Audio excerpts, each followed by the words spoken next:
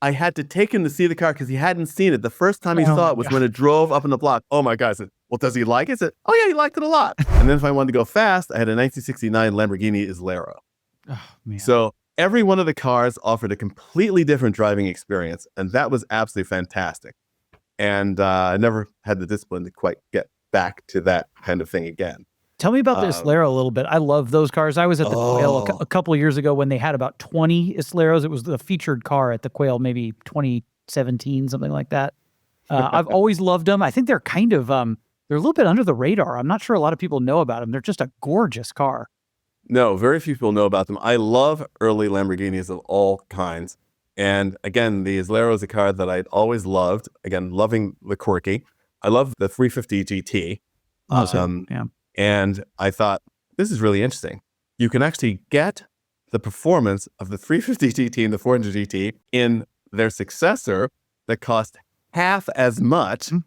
And I think is a really handsome car. I love the very clean styling that it has.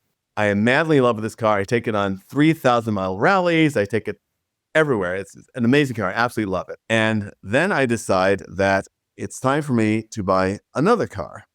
I bought the Islero in 2005. And in the summer of 2008, I consigned it for sale at Pebble Beach at auction.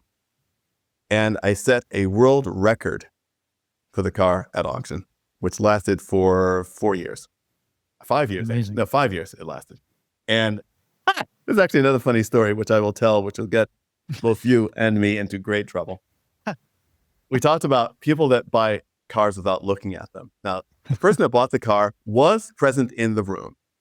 And I spent a good deal of time during the preview standing around and talking to some people that came up and looked at the car.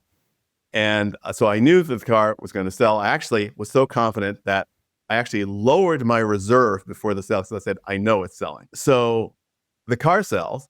And I go and speak to one of the folks that work at the auction house. I said, I know you don't have to, and you probably don't want to tell me who bought the car, but I just want to know, was it this father and son? Because they were really terrific. And I spent a lot of time saying, no, there was this youngish guy, and he was there like with his posse. I said, young guy with posse? I don't know. I said, yeah, I remember this because after the car left the block, I had to take him to see the car because he hadn't seen it. The first time he saw it was when it drove up in the block. Oh my God. I said, well, does he like it? I said, oh yeah, he liked it a lot. I called the next morning. I said, did he pay for it? Yeah, he paid for it. I said, great.